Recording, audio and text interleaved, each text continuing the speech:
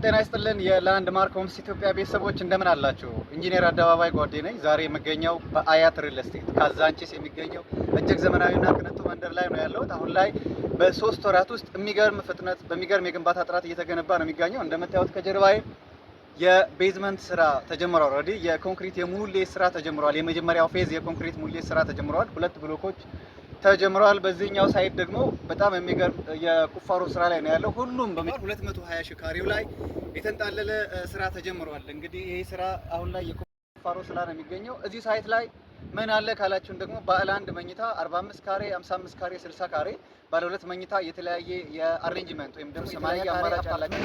ባለ 3 መኝታ ከ95 ካሬ እስከ 130 ካሬ፣ ባለ 4 መኝታ 140 ካሬ